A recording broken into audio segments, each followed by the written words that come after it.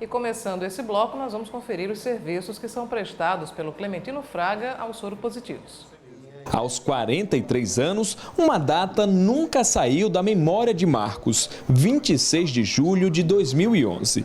E como esquecer do dia em que recebeu o diagnóstico de uma doença que, para ele, parecia uma sentença de morte. Quando ele falou que eu estava com HIV, que eu fiquei, meu Deus, eu não acredito não, que eu tenho desespero, que ele me deixou sozinho quando ele falou que aí ele saiu.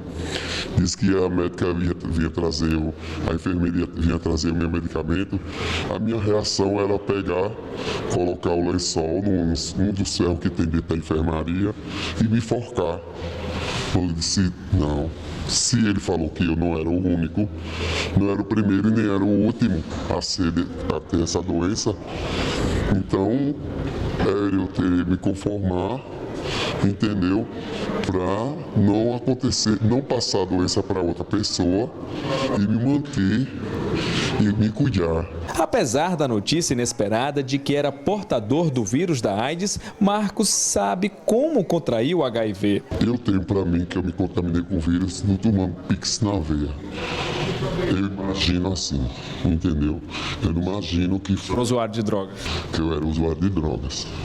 Eu não imaginava que fosse através de relacionamento com outras pessoas.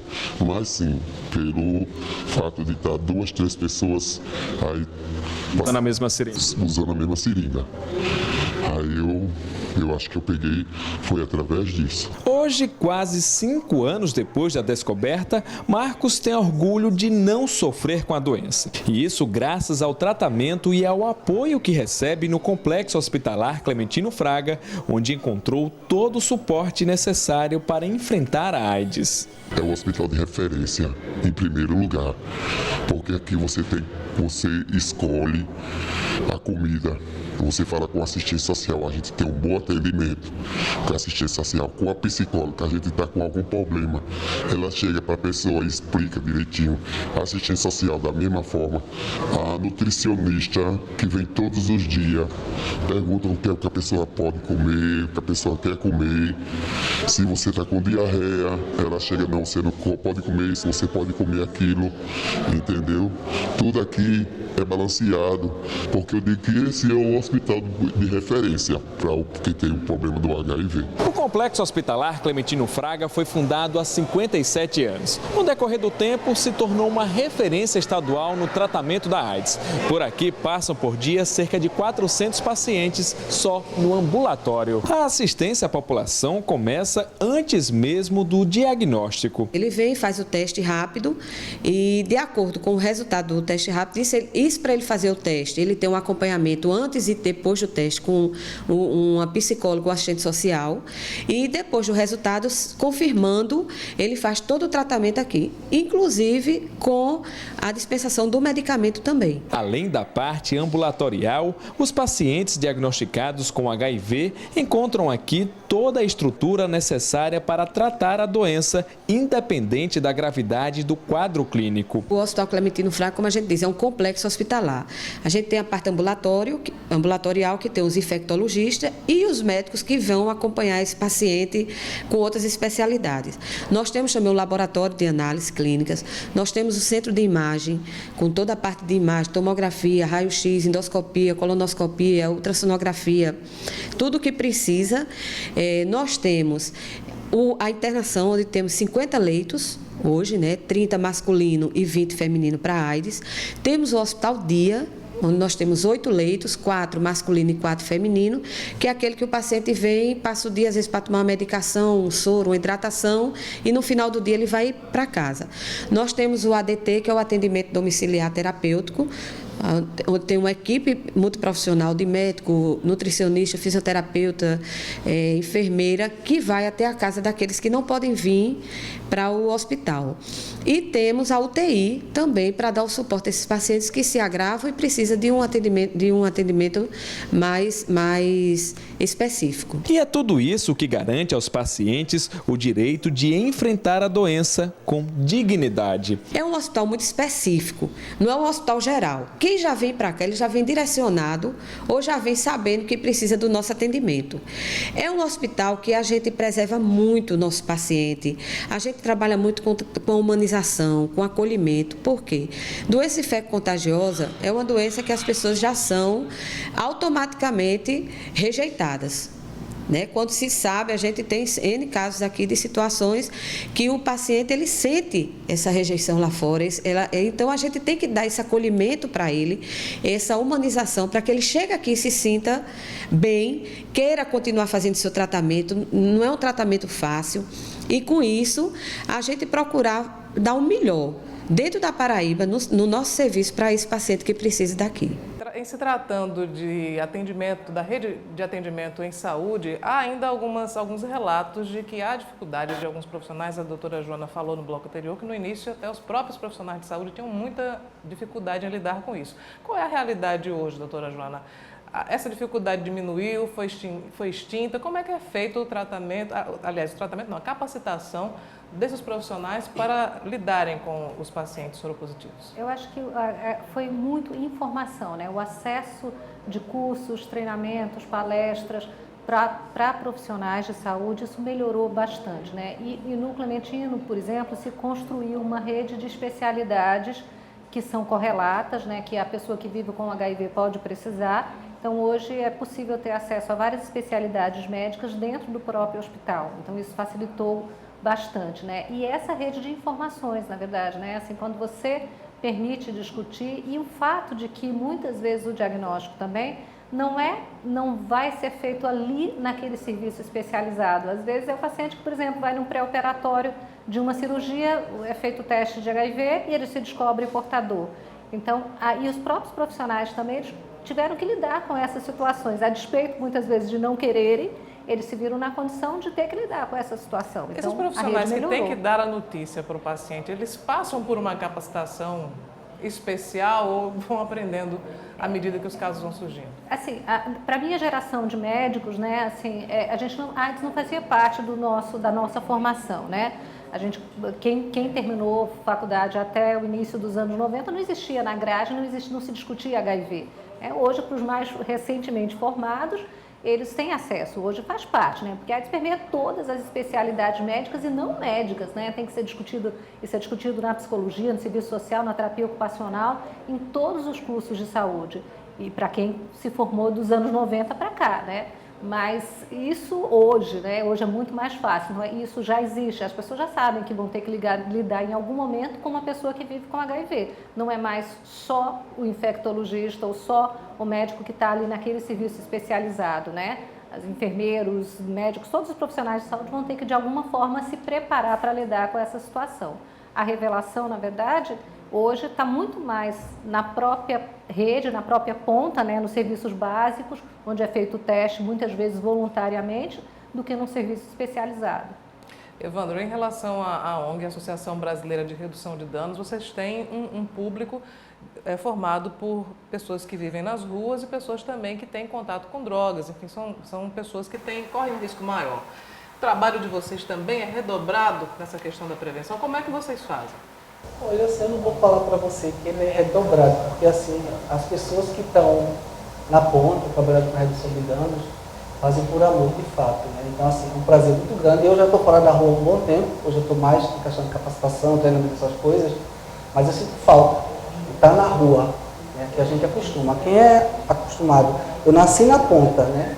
Comecei na educação, entrei na saúde, hoje eu estou entre a educação, entre a saúde, inclusive nós temos um projeto, inclusive com a educação e a saúde do Estado, né, que eu apresentei no Congresso agora de AIDS, em novembro do ano passado, né, que foi um projeto piloto e por conta do sucesso a gente está, mais uma vez, vai estar, eu acho que em breve estamos abrindo vagas para 200 professores, né, onde a gente aborda a questão da sexualidade, desse HIV e AIDS, e a questão da drogadição, onde a gente enfatiza a redução de danos, porque é impossível não se falar de política de drogas sem falar da redução de danos.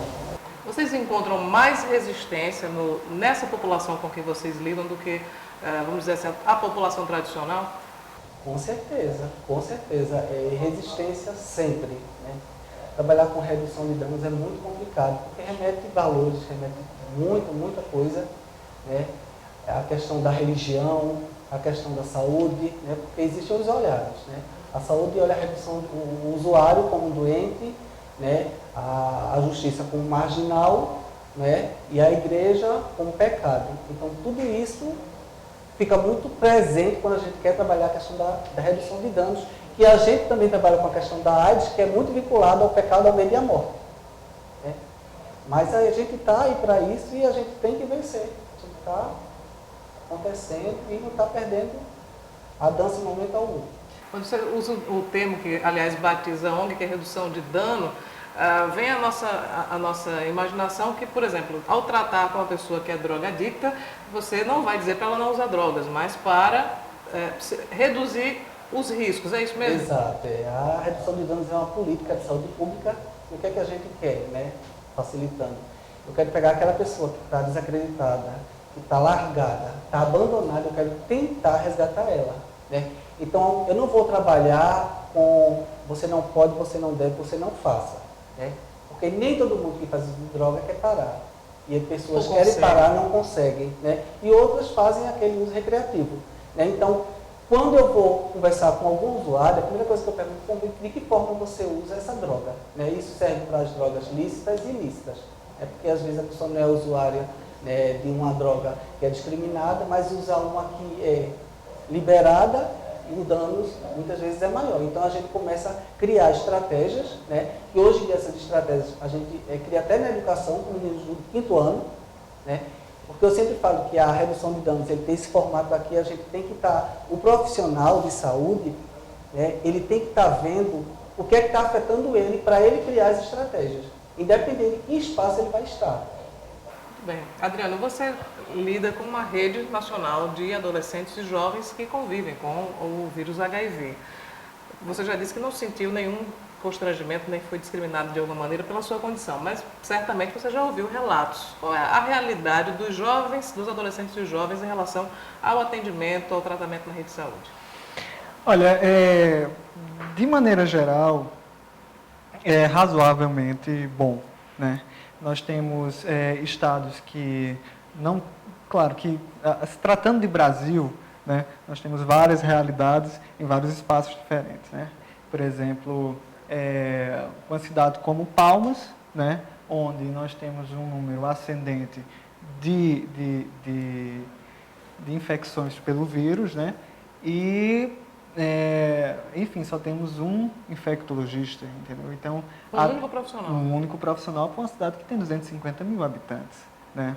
Mas, assim, aí há dificuldade para ter o acesso ao próprio médico, às vezes demora meses para uma consulta, meses para um exame de CD4, carga viral, né? Meses, enfim, para exames simples, né? Ou, por exemplo, a Paraíba, né? Onde o tempo, por exemplo, de cidade para cidade varia. Aqui em João Pessoa nós estamos com um tempo razoavelmente bom, 15 dias cerca para carga viral, né? Em Campina um pouco mais, né? Então, assim, é muito variado. Mas, assim, de maneira geral, eu vejo que por ser uma política nacional, né? Por ter garantias em lei, por ter garantias, enfim, N garantias, eu vejo que o acesso ele está melhorando cada vez mais. Mas nada são flores, né? Nós temos erros, nós temos problemas que precisam ser sanados pelo sistema. Doutora Joana, hoje é mais fácil tratar os pacientes com AIDS? Sem dúvida. Se eu comparar com anos atrás, a gente tinha um arsenal de medicações muito pequenos para tratar, que eram muito difíceis a aceitação, o número de cápsulas, o número de comprimidos era muito grande, então o tratamento era realmente muito difícil. Com o agravante de que anos atrás a gente não tratava as pessoas que vivem com HIV, a gente tratava as pessoas que já estavam doentes de AIDS. Então, assim, além de tomar os remédios para o HIV, a pessoa tinha que tomar remédio para várias outras condições de doença que ela apresentava. Porque é diferente ter HIV e desenvolver AIDS. Sim, sim. Hoje, assim, o foco é que você não desenvolva, né? Por isso é que é diagnosticar o mais precocemente possível, começar a tratar o mais cedo possível para que a pessoa não adoeça. Agora, claro que hoje é uma dificuldade, que é o maior desafio no meu entendimento, que é a adesão ao tratamento. A adesão ao tratamento, não só tomar os remédios, mas tudo que envolve o tratamento. É um cuidado geral com a saúde. É um cuidado geral. E se a gente pensar, se a gente fizer o transporte disso, a pessoa é mais fácil, às vezes, você tomar remédio para o diabetes, porque a pessoa percebe quando o diabetes está se descompensando. Sim. É uma doença crônica também, mas a pessoa sente, começa a urinar muito, começa a ter muita sede, começa a emagrecer, enfim, tem sintomas de quando está descompensando o diabetes. Mas a pessoa que vive com HIV, que para o remédio, ela muitas vezes não vai sentir nada. Às vezes até se sente melhor, porque o remédio tinha algum efeito colateral e a pessoa para o remédio e fica bem. Mas então, não é verdade também que há drogas muito eficientes disponíveis em outros países e que ainda não estão aqui no Brasil? Sim, esse é um fato. Esse eu diria que é o grande desafio para os anos que virão. A gente precisa incorporar novas medicações que são mais fáceis de tomar, com menos efeito adverso, mas que ao mesmo tempo são de custo mais alto. Então, assim, no momento atual para o Brasil, embora a gente tenha um programa de atenção a HIV que é modelo para outros países, mas a gente tem essa dificuldade, né? A gente sabe que existem algumas coisas que precisariam ser incorporadas, alguns remédios, algumas tecnologias, e que a gente não consegue fazer isso, no meu entendimento, pela questão do custo, porque é caro. Nós vamos a um breve intervalo, em discussão volta em instantes para continuar e concluir essa nossa conversa. Hoje a discussão é sobre a convivência dos pacientes com AIDS.